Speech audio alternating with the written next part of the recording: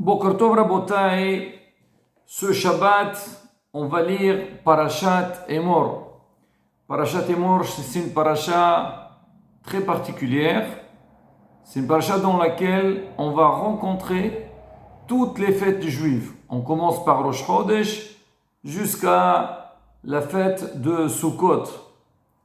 Mais on appelle aussi cette parasha, on dit c'est la parasha des Kohanim, parce qu'Akadosh Baruch Hu s'adresse aux Kohanim, il leur dit, voilà, je voulais le passer, Vayom Hashem Moshe Emor el Kohanim, dit aux Kohanim, Bene Aharon, les enfants de Aharon, Amarta Alehem, et tu leur diras, les nefesh lo yitamma be'amahu.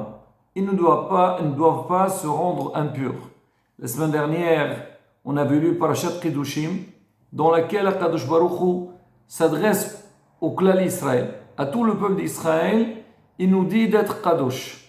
Mais là, les Kohanim, ils ont une Kedusha, une sainteté supplémentaire, que eux, ils ne doivent pas se rendre impurs. C'est pas seulement au niveau de Avodat Hashem, du travail, du service d'Akadosh Baruch Hu, ils doivent chercher à être saints, même sur le côté physique, ils ne doivent pas avoir un contact avec la Touma, tout ce qui est impureté. Alors, dans ce verset, Rashi sent une répétition.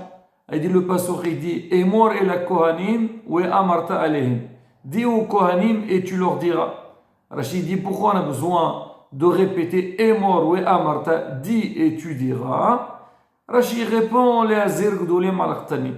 C'est pour prévenir, avertir les grands par rapport aux petits. C'est quoi le pshat pashut? C'est que comme les Kohanim, quand on a donné cet ordre-là de ne pas se rendre impur, on ne fait pas de différence entre un grand et un petit. C'est vrai, les dinim de Touma et Tahara, ils concernent l'homme et non pas la femme. Un homme n'a pas le droit d'aller dans un Kohen, d'entrer dans un cimetière, d'être dans un endroit où il y a un iftar. Il y a des klalim et des halachot. Mais les femmes, Kohaniyot, elles ne sont pas concernées. Alors, mais on dit au niveau des enfants, même s'ils ne sont pas encore bar mitzvah, ils ne doivent pas se rendre impurs. Alors, c'est pour ça que la Torah dit, les azir gdolim al-Qtanim, donc que les grands, ils doivent faire attention de bien surveiller les petits pour qu'ils ne se rendent pas impurs. Ça, c'est le pshat pashut, c'est l'explication donc du pasuk. Mais Hachamim, ils disent de cette phrase-là, on apprend un klal, un principe très important dans Avodat Hashem et dans la vie de tous les jours. C'est quoi? C'est par rapport à l'éducation des enfants. C'est que les parents, ils ont une grande responsabilité de suivre, de surveiller, d'avoir une certaine vigilance concernant l'éducation de leurs enfants. L'homme, il doit jamais se dire, moi la vérité, Baruch Hashem, mes enfants, ils sont bien, on est de bonne famille, on a été toujours sérieux, c'est bon.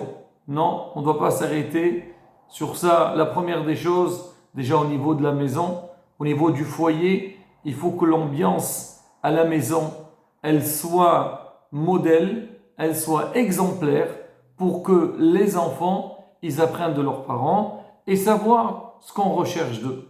Il y a aussi au niveau de l'école que savoir quel endroit mettre les enfants dans un endroit qui vont avoir un bon hinour, une bonne éducation, qui vont apprendre la Torah, la transmission de nos ancêtres. Et aussi la bataille au niveau de l'entourage. C'est que les parents, ils sont responsables de leurs enfants. Et aujourd'hui, on est dans un monde où il y a plus de dangers sur ce domaine concernant le domaine de l'éducation.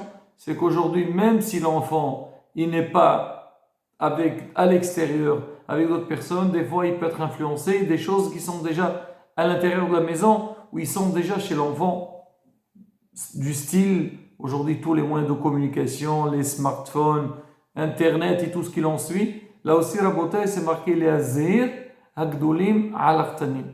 Et ça, c'est un devoir que les parents, ils ont vis-à-vis de leurs enfants. Alors, nos sages posent la question, alors ils disent, Béhémet, comment on pourrait dire qu'on parle aux Kohanim de faire attention à leurs enfants. Ça, c'est une chose qui concerne tout le monde. D'accord, on a dit Touma Betala, mais ça concerne aussi l'éducation des enfants, les grands vis-à-vis des petits. Mais dit, mais tout le monde sait que tu es là, tu es dans ce monde, tu as des enfants, tu es responsable de tes enfants. Tu ne peux pas te permettre de dire, non, voilà, j'ai fait la mitzvah, Peria Verivia, et Dieu est grand, comme beaucoup le disent. Non, monsieur, il faut ouvrir les yeux. Alors maintenant, pourquoi on parle spécialement des Kohanim? Et là, Rabotai, regardez la réponse. C'est que, certes, que tout le monde sait qu'un parent, il doit s'occuper de ses enfants. Les enfants savent aussi que leurs parents sont responsables d'eux et ils doivent tout faire pour bien les éduquer. Maintenant, le problème qui se pose, il se pose chez les enfants des Kohanim. C'est que les enfants des Kohanim, ils voient, d'accord, il y a des règles pour tous les enfants, mais eux, ils ont des règles supplémentaires par rapport aux autres, telles que ils n'ont pas le droit de se rendre impurs, comme on a expliqué au début du cours. Et là, il pourrait, les enfants, quelque part, se révolter ou se demander pourquoi, qu'est-ce qu'il y a? Voilà, j'ai vu tel enfant, l'enfant il a envie d'aller dans un... Non, toi tu vas pas là-bas parce que c'est interdit. Ah, il dit, Imor la connaît Bnei Aaron. Vous êtes spécial.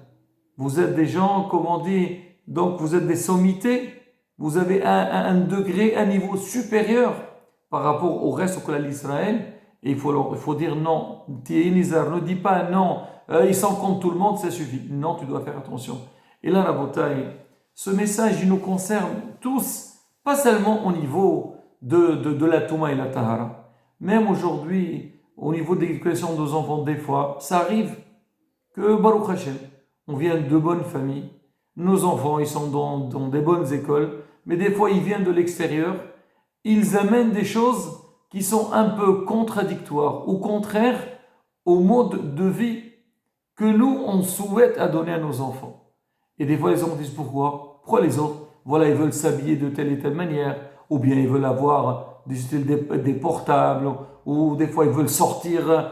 Donc nous, seuls, je sais, il y a énormément de choses que nous, les parents, on n'a jamais fait ça. Et aujourd'hui, pourquoi? Parce qu'on a grandi dans ce derrière. Et donc pour nous, c'est normal que ça se passe de la sorte. Les enfants, ils découvrent, ils voient d'autres enfants que leurs parents, ils sont un peu indulgents, ça les dérange pas trop. Alors les enfants, ils viennent, ils sont des fois un peu révoltés. Alors il faut leur dire, sachez-vous, mes enfants, donc le Kohen, il va dire à ses enfants, nous on n'est pas comme les autres. Nous on est des Kohanim. On est Kadosh Baruch Hu, il nous a choisis. Mamlechet Kohanim, vous êtes spécial vous. C'est pas la même chose que les autres. Alors maintenant, pour nous aussi, les parents, des fois, si nous on a un certain hinour, on veut donner une éducation donc spéciale à nos enfants qui n'est pas exactement comme les autres, il faut savoir répondre à l'enfant. Chez nous, ça ne se passe pas comme ça. Nous, on n'est pas pareil. Hasbisham, c'est pas pour dire être, avoir de la haine, être différent des autres. Non. On vit dans une société, il faut respecter tout le monde. Mais il faut savoir aussi, chacun il doit connaître sa valeur. Mais Hachamim, ils disent, il faut savoir une chose, tu veux réussir, ça dépend que de toi. Alors il dit comme ça, les azir gdolim al-aqtanim. Hachamim, ça dit quoi gdolim al-aqtanim? Les grands sur les petits, pour dire vous les grands, même si toi tu es arrivé à un niveau élevé, tu dois faire attention aussi sur les petits détails. Et malheureusement, on le voit. Beaucoup de fois, il y a des gens qui ont un certain niveau, que ce soit dans la Torah ou dans n'importe quel domaine de la vie. Alors on fait attention à beaucoup de choses. Même, on va dire, dans le judaïsme, on fait des mitzvot hamurot qui sont graves. Alors on fait attention. Mais les petites mitzvot, on ne fait pas attention. Je te dis non. Tu sais, les azir gdolim al-aqtanim. Tu dois faire, toi, même si toi tu es gadol, tu es grand, tu dois faire attention aux petits détails. Et quand tu vas faire attention aux petits détails, tu vas être vraiment un bon modèle. Tu vas savoir, tu vas pouvoir transmettre. Quand ton enfant, il va te voir, il va dire, regarde comment papa et maman ils se conduisent. Je vois que il y a des gens, eux, ils font pas attention à ça. Mais non. Ah, moi, je vais aller faire des courses. Je fais attention. Je regarde. Ah oui, je suis dans un magasin caché. Fais attention. À des ashgahot. Des fois, il y a des ashgahot qu'on ne connaît pas. Attends, papa, il va appeler, il va demander est-ce que cette ashgahot, on a le droit de la manger ou pas. On va aller dans un endroit. Tout le monde va aller. Non, papa, il se renseigne. Maman, pareil. Hein. Alors, il se renseigne. Est-ce que cet endroit, on va aller? Est-ce que là-bas, il y a de la tsni'out ou il n'y a pas de la tsni'out? Est-ce qu'on va avoir la possibilité de faire notre filote ou de pas faire notre filote? Est-ce que l'ambiance dans laquelle on va se trouver est une bonne ambiance ou pas? Alors les enfants, quand ils voient que les parents font attention à tout ça, donc ils sont vigilants, ils disent, ah, s'ils exigent d'eux-mêmes d'avoir une certaine rigueur, alors c'est normal qu'ils vont exiger de nous aussi d'avoir cette rigueur-là. Et là, Be'ezrat Hashem, dans le cas où nous, on fait attention, là, on va réussir dans les deux sens. Déjà, on s'éduque à nous-mêmes et on réussit à transmettre une bonne éducation. C'est pour ça, il dit Emor, Emor la Kohanim, Bene Aharon. Sachez-le, vous êtes les enfants de Aaron. Vous n'êtes pas n'importe qui. Qu'on puisse réussir dans ce domaine d'éducation qui est le plus important. Parce qu'on dit, c'est quoi notre but dans le monde?